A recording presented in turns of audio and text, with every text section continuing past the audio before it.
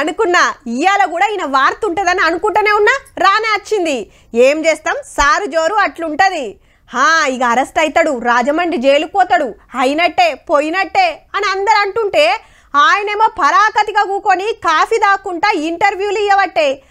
వర్మ గారి గురించే చిక్కడు దొరకడు సినిమా చూపించుకుంటా పట్టుకోరి చూద్దామని సవాల్ చేస్తున్నట్టే ఉంది. ఆంధ్ర పోలీసులు 6 రోజులే మరి వర్మ సార్ ను దేవులాడబట్టి 2 స్పెషల్ టీములు 2-3 రాష్ట్రాలు తిరిగినా డైరెక్టర్ గారు జాడబట్టలే ఇదివరకు దాకా. అట్లని గాలి మోటార్ ఎక్కి ఏరే దేశం చెక్కేసిండా అంటే ఈడనే ఉన్నా అని బాజాబ్తా వీడియోలు పంపిస్తుండు, అడిగిన వాళ్ళకి ఇంటర్వ్యూలు ఇస్తాండు. అరెస్ట్ చేసి క్వశ్చన్లు అడుగుదాం అనుకున్న పోలీసులకే ఉల్టా క్వశ్చన్లు ఇస్తుండు సోషల్ మీడియాలో. అప్పుడు నేను పెట్టిన పోస్టులో తప్పు లేదు, రూల్స్ ప్రకారం కరెక్ట్ ఉంది, నా మీద కుట్ర చేస్తాండ్రు, దొంగ కేసులు బనాయిస్తాండ్రు అనుకుంటే ఏ సెక్షన్ ఏం చెప్తుందో వివరంగా రాసుకొచ్చిండు.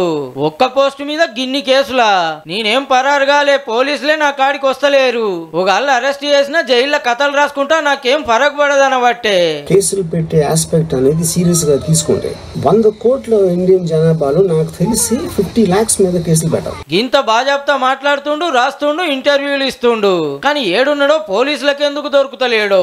లేకుంటే కేసు పెట్టినా కోర్టులు ఉత్తకతే అవుతుందని వెనక పట్టుకు ఇట్లా పట్టొచ్చురా.